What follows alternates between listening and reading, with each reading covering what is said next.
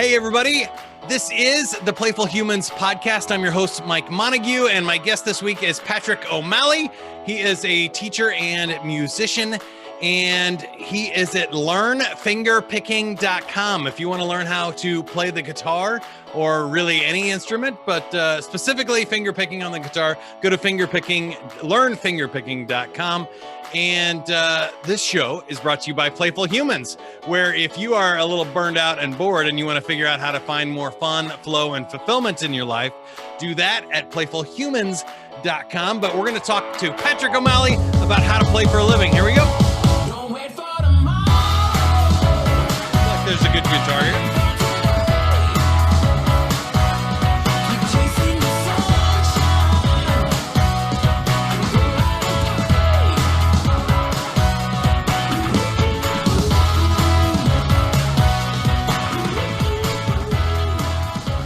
Patrick, welcome to the podcast. We like to start with the joke of the week. The joke of the week is brought to you by the Hokey Pokey. I used to be addicted to the Hokey Pokey, but then I turned myself around. That one got me. I didn't get it out. I used to be addicted to the Hokey Pokey, but then I turned myself around. Hokey Pokey. Okay, the actual joke of the week is, what did the shy pebble wish for on its birthday? The shy pebble wanted to be a little bolder. Okay. Two good puns for the kids in your life. I know you have a daughter, which is awesome and great. So I think we got a lot to unpack here about playing music, and enjoying life and playing for a living. But maybe we should start with, what is finger picking? That seems like a term maybe a lot of people wouldn't know if they weren't in music. Yeah, finger picking is a way of playing guitar, a finger style approach whereby you use the thumb and fingers of this hand to play individual notes. So instead of strumming your guitar, you would pick the notes. Nice. And and it's something that kind of happened. I was a guitar teacher for many years, and some students came in and said, "Oh, I want to learn that. Don't show me the chord, show me this." And it's funny because a lot of those students went on to really learn and stick with the instrument. Finger picking, if you know Chet Atkins or Merle Travis, these are kind of country musicians, I guess. Mm-hmm. They play a lot of finger picking. So yeah, it's a style of plucking your guitar. And I mean, again, there's a lot to talk about here, but the other thing that comes to mind first off the bat is your name sounds Irish, you sound Irish, but you're in Paris. How did you end up there? Well, I married a French lady, and then she told me what to do. Then she told me what to do, and I did it. So we lived in Dublin for years, and then London for years, and then Paris was just another place to try out. So wow. Well, that's awesome for sure. And did you ever have like a real, like quote, real like day job, or have you always been into music and been able to teach and play? Yeah, no, I mean, I've worked in tech for years. So I've worked as a product manager building, websites and app and software. But even there, it's a job that has serious sides, but it depends on your personality, right? I mean, you can take whatever you want in there. But working with teams, generally, if you're having fun, the team wants to work with you, right? I mean, it's not rocket science. So I've always found a way to not be too serious, no matter what I did. But in the last 5 years, I've kind of spent more time putting courses online and, spending time just with students and all that kind of stuff. So it's kind of grown on the fingerpicking side in the last years. But I think I think I can be serious and playful at the same time. That's kind of an Irish thing, I think. Yeah, I agree with that. And I can relate a lot. I've built a couple hundred websites in my career, and this project is a side project for me too, that I think, like, when you make stuff, that is a creative outlet, and you're we call it designing or stuff too, because you are putting pieces together and being creative, and like you said, you can be as playful or as serious as you want with that. But I think everybody has a little bit of different personality too. You need some time to be focused behind the computer and learn and grow. And you need some time to just be playful and get away from the computer and go do something with people, especially now after a year of quarantine or so. We want to get out there and play with people. So I know you have done a little bit of research on this. So I wanted to ask you about that first. If you go to learnfingerpicking.com/podcast, there are some scientific benefits of playing, and tell me about those. And is it just playing music or playing in general? Yeah, so it's basically playing any instrument. And what I found, particularly recently, is that my students often just send me an email. If I send them a message, or they get my newsletter, I often say, "Hey, tell me what you're playing," or "Tell me what you're working on." And a huge percentage of people among my students now are retired or recovering from injury. So I just started researching, the benefits of learning an instrument. And this is for any instrument, right? It doesn't matter if it's guitar or oboe or flute. But I can share some with you because one of the benefits these days are really jonesing to learn how to play the oboe. Yeah, well, that's maybe your next course. Yeah, exactly. I'd have to learn it myself first, but but yeah, I can tell you a few of these benefits because they surprised me. So there was a study in 2011 of patients suffering from depression who noticed lower levels of anxiety and depression when they started learning instruments, which totally resonates with me. If I'm struggling with something and I play guitar for half an hour, I feel like I've taken space from it. I've gotten some perspective, So that one, I think, probably is intuitively obvious. A 2014 study found that playing the instrument activates the same brain pathways as word generation and language tasks, meaning that there's a lot of cognitive and verbal benefits, which again makes sense, right? If you can express yourself by playing a musical instrument, that will help you to express yourself through language and speech, right? And then there's a concept called neuroplasticity, which is brain plasticity. And that's the ability of the brain to form new connections or rewire itself. So without this ability, the brain wouldn't be able to recover from injury like a stroke as well. So this other study in 2013 found musicians had much more gray matter than non-musicians, or basically they have a better ability for their brain to recover or rewire itself than non-musicians. And then I suppose the last one I'll mention for now anyway is this ability to multitask. So you know what it's like. Everything is fine, and then you're hungry, and then you forgot your glasses, and then you're listening to the car alarm go off, and then you're doing something complicated, and someone asks you an innocent question and you snap. Well, it's because of the multi-layering of stuff. And basically learning a musical instrument has been proven to help process multi-sensory information and basically cope better when lots is going on.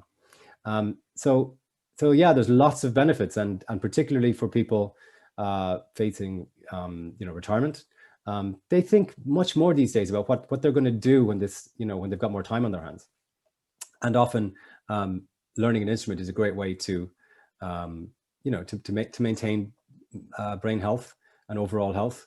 And it kind of taps into another topic, which is, honestly, if you're learning something, you're probably happier than somebody who has their whole life where there's no learning going on.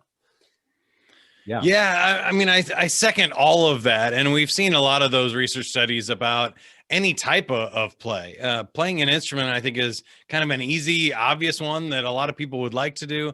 I like it because you actually develop a talent that then you can show off at parties or have stories about, or other things to show for it, where sometimes a play don't have something kind of as productive or interesting at the end, but that's okay too. Sometimes that's a benefit, but all of those things, I mean, staving off Alzheimer's by being more creative or more connections, and really just the one for me that stuck out was enjoying your life, right? Because you've mentioned retirement a couple of times, and people finding instruments then, but why wait? I think the purpose of Playful Humans here is to encourage everybody at any adult age to just rediscover the power of play.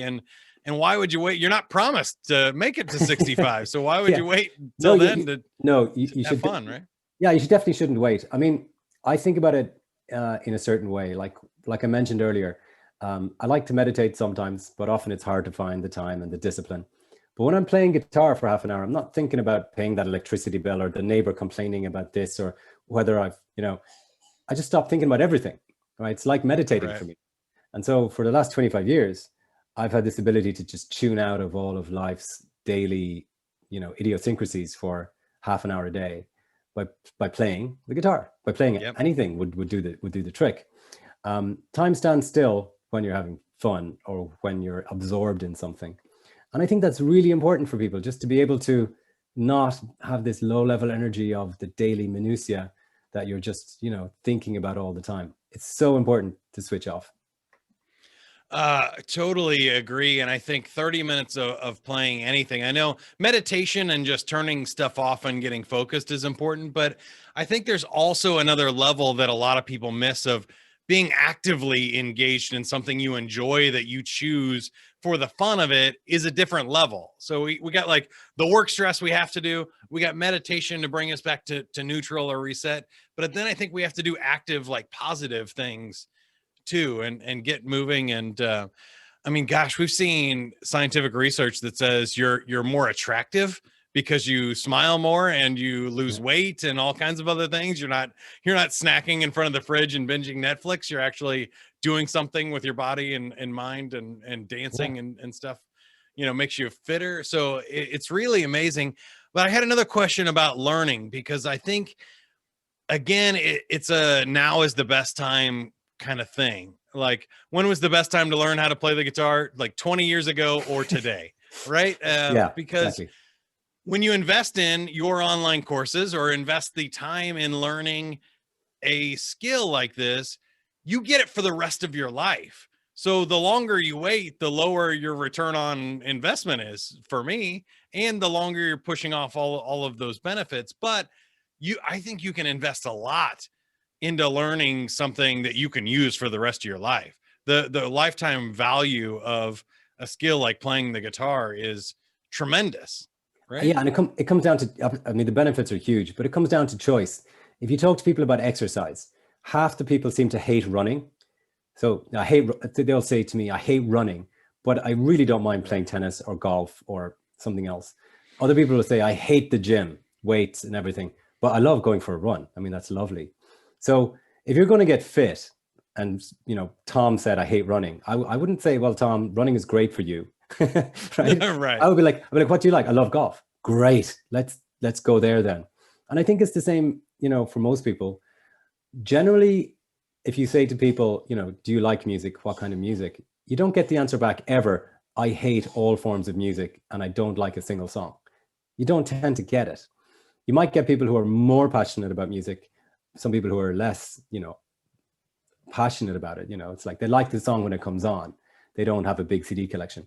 But everybody does love music and learning a musical instrument. I always say to people, is there one you've dreamed of learning? Even just you daydreamed about, oh, I'd love to play the violin. Oh, I'd love to play the guitar. Oh, I'd love to play the saxophone. Generally, people have one. Yeah, I'm not very musical, but I always thought playing X would be cool. It's like, well, there you go, right? If that's what you've always thought was cool, then why not, right? And generally, people will put obstacles in their own path. They'll say, well, I'd have to find a teacher. Well, I'd have to drive to the teacher. Well, I'd have to, and you stack up all of these imaginary objections because they're not actually stopping you. But these days, when you can literally go online and you can find dozens, hundreds of courses on any topic, whether it's tech or music or languages or cooking, there's really no reason not to be learning something. Yeah, you reminded me of one of my favorite jokes. Peyton Manning, the American football player, quarterback, on I think it was a commercial one time. They asked him, like, how much do you bench? And he goes, I play sports with a ball. I'm not trying to be the best at working out. And I thought, like, that's so awesome, right? Like, that is going with your passion and stuff. And for me, it's the piano. I have a keyboard now. I've done some preliminary lessons and stuff, nothing impressive, but my great grandmother was a piano teacher. And so we've kind of had keyboards and pianos around the family. And it is one of what I think is cool about that instrument is it's the only one you find laying around in like people's houses. So I always thought it would be like badass to just, you know, you walk into a place that has a piano and you just sit down and you're like, boom, and just crush something.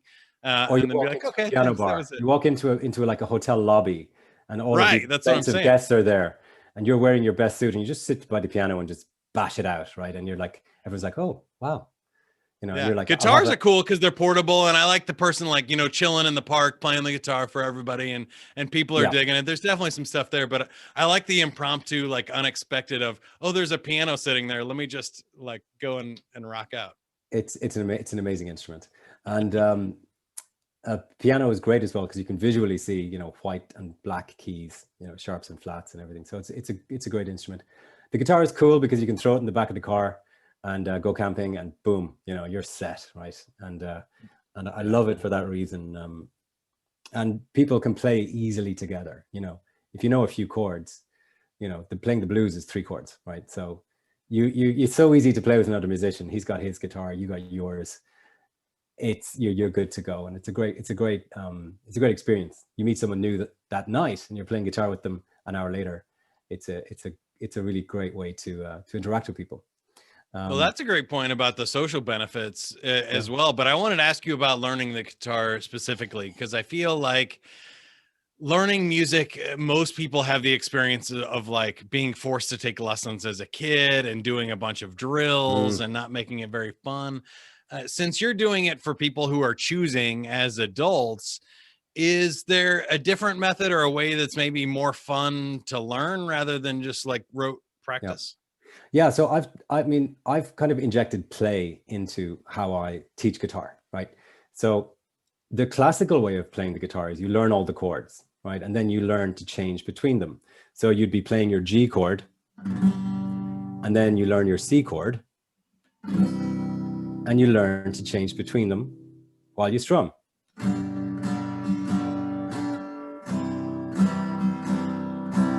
Problem with that is it's going to take you months to not sound horrible, like you're strangling a cat, right? Because there's so many micro things going on. You've got to fret all these things. You've got to hit the right hand can't be strumming too loudly or too softly. You want a nice even strum, hitting some of the strings, not all. All of the left hand is trying to play perfect chords and change and not drag off the strings or fret the wrong string or mute a string.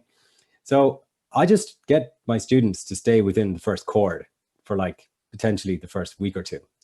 And you've got your G chord here, and we just play the individual notes and we get playful with it. So we're like, okay, well, what can we do here? We can do, oh, we can do this. Oh, we can do this. And we can stay here within one chord. And then we can get the thumb to do like a fun thing where it kind of does 2 notes. All the G chord. I've just got 1 chord. And so I get my students, I just get my students to play any chord they like. G's good, but it doesn't really matter. And then we get that other hand, the right hand typically, unless you're left-handed, to start just playing the individual notes of that with the 3 fingers and the thumb. And generally what happens, and this is the beauty of play, is that people get a reward in that first hour. They're like, I had fun, instead of, oh, I know I've got to do this work, and I know the work is hard, and I know I won't get my payoff until later. And no, stop it. Stop that thinking. Just eliminate it. What within this can you enjoy from the first experience? Because if you can find a way that the first session's fun, right? Yeah. And you'll go back again, right?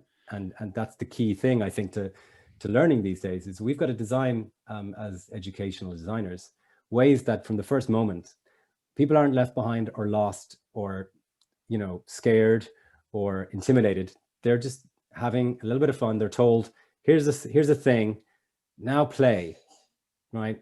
Now come back and we'll do a little bit more, play again. Yeah, you reminded me, it's so true. And those small wins and the positive reinforcement is what matters to me, because what I think holds people back is the fear of failure or just the pain of sucking for so long Yes. that they can't get over it. Right. Do you have any advice, or how do you reconcile with having to put yourself out there or be vulnerable enough to be willing to suck for a while in order to get good at something. I think one of the things I would do with students in person is I would say, okay, you've come to me for guitar lessons. What song have you dreamed of playing? And they'll give me a song. And I'll be like, yeah, but you're settling. Come on, like what really? Forget the real world. You've got a magic wand. What do you want to play? And they're like, okay, Sweet Child of Mine, the full solo.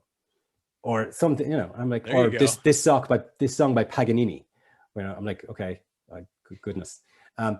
But then we're like, okay, well, this is not like a realistic goal in one respect. In your brain right now, that's not a realistic goal.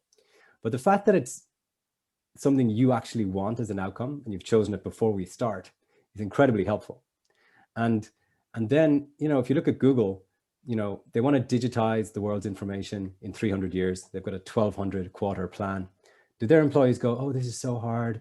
Or do they go, I'm so excited, this is basically impossible, but we're going to do it? It's the latter, right? When you give someone something that's aspirationally difficult, then if you're kind of struggling after the second hour, third hour, well, that's not cognitively dissonant from, you know, this is hard. We knew it was hard. Very few people can do this, but I can do this.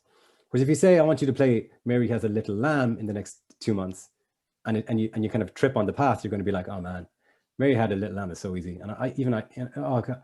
So go big and choose an outcome that really makes you excited. Because if you do that, and then like it's tricky along the way, that's fine. Yeah, it's kind of the old start with why thing. But I also heard in your answer there, progress is what matters too, right? If you play something easy and you're like, oh, it took me a month to learn Mary Had a Little Lamb and now I did it, you don't really celebrate. You're like, I made a thing. But if you can hear yourself getting better, if you can feel yourself making progress, that allows you to get the momentum going. 100%. Build steam. Yeah, like, and that's why, you know, the traditional way of learning guitar, G to C, you're told the chords and now play them until they sound good. It's like condensing like 3 months of daily practice into like a 5-minute instruction. You know, of course people would it'd be like me saying to you, okay, you want to be a machine learning algorithmic programmer. Well, okay, so first of all, write this algorithm. What now? Right. You need to give people steps whereby the thing is broken down into digestible pieces. And so mastery is the outcome, but you need to have it broken down so you master a small thing, right? And a good teacher will help you do that, you know, and also will be empathic, that they will say to you, okay, after the first exercise, was that hard? Because if that was hard, you could try this little corrective thing. Okay. Any better? I mean, it's got to be better because you just made them practice again. Yeah. But you know, that I think that's incumbent on whoever's kind of there teaching you, has to make sure. Like if you go to the gym, for example, your personal trainer isn't going to ask you to bench 500 pounds or something, right? They are going to know how to keep you engaged, and that's what a teacher should give you. Yeah, and keep you safe. I think safety is a huge thing in learning, but also in play. That if you're feeling threatened, if you have a recital your first week, you're going to freak out and you're not going to be in a helpful, like playful mindset to do that, right? So keeping people safe, allowing them to fail and stuff is huge there. And speaking of great teachers, you can go to learnfingerpicking.com to check out some of Patrick's courses. Also, learnfingerpicking.com/podcast. Check out the science behind learning how to play an instrument. Really cool stuff there. And there's 50% off the beginner course there as well. So learnfingerpicking.com/podcast. Patrick, I had one last question for you, which is, outside of the guitar and playing music, what do you do for fun? And is there anything like on your fun bucket list? What's your like dream gig, vacation, play activity that you would like? Yeah, so I love sports. I love to play football, and I really miss it now these days, because obviously that would require people to get into, you know, the same space and do that. And I also love cooking.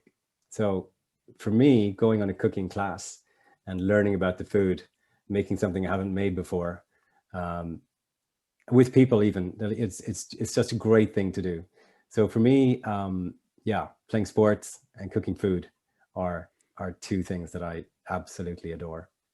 I love both of those as well. I think it's the social and the physical movement part of football, and then cooking. You have something to show for it, and you get to, there's a lot of social activity there too. But again, it's one of those skills that you can use over and over again. You can show off for other people, or you can treat yourself, and you get to eat at the end, which who doesn't love that, right? Yeah, exactly. I mean, right, there you go. So yeah, but it's I always enjoy working on anything whereby at the start I'm not sure if I'll succeed, or I'm not sure how it's going to exactly turn out. For me, those are always really fun experiences, because then you get to the end and you're like, okay, it really didn't work. It's disgusting. or even better, it worked. This is great, you know. So at the end of this podcast, we get to play. So do you want to play a game? Sure. All right. So I'm spinning the game wheel here. We have 10 games on here that it might land on, and you got choose your own game. So Okay. if you have like an improv game or a way to play that you like to do with your students, I wish I had a guitar, but I would love to hear what the game is. Okay, so this is a game that I would play with my students to kick off a session. So again, you know, and I do this particularly with young kids, right? Which, you know, it's hard to teach kids under 7 years old, by the way. It's just the attention isn't there. But once you get kind of 7 to 10, 7 to 12, what I love to do is ask them just to play something really simple, a chord, and just to play it in different emotions. So I'm like, okay, take that G chord and make it sound happy. Make it sound angry, make it sound whatever. And you get this amazing reaction, like people playing the chord, kids playing the chord, but they're holding the guitar upright with an angry head behind it. It's amazing to see how people, you know, take this simple instruction. Show me an angry G. I want to hear what angry sounds like. An angry G might sound like this. That's an angry G. But a curious G might be, and a happy G might be, and so on. So fun. I like that. Yeah, but again, when you do it with the kids, what's really cool is they'll do things like put the guitar on a table and then put their hand from underneath the table and thump the table from underneath or something. They really do. Something happens, and then again, what's great is you've changed their state. They're now like, I love this instrument. You know, I can express myself. So expressing yourself is huge. But I was just gonna say, isn't it amazing how we're all born with like genius level creativity, that we can come up with stuff nobody's ever thought of before, and then it just gets beaten out of us until we're older, until we all draw the same stick figure and the same house because we don't want to look stupid for drawing something creative. Yeah, I think we're all afraid on some level when we express ourselves that somebody else might say, oh, you are, you know, being silly, or stop that, or this is a waste of time, or yeah, we're all a little bit afraid on some level. But I think that's the benefit of play, is that we just get past that. Any final words asked for our audience or gives there? No. If people want to learn more about some of those benefits, or check out a beginner guitar course, they can go to learnfingerpicking.com/podcast. And maybe if there's nothing else, I can play us out. I can play a little. Do it. You know what? I have an outro theme, but I would rather have yours. So let's change it up.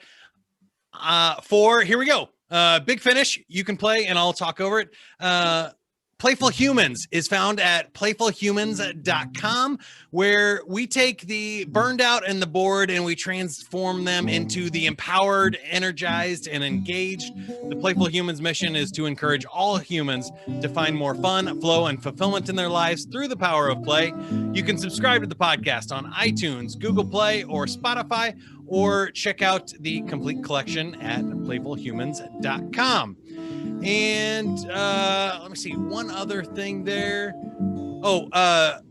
Definitely want to have you take the Playful Quiz. Find out what kind of playful personality you have at playfulhumans.com/quiz, and go find Patrick O'Malley at learnfingerpicking.com. Until next time, go play, everybody.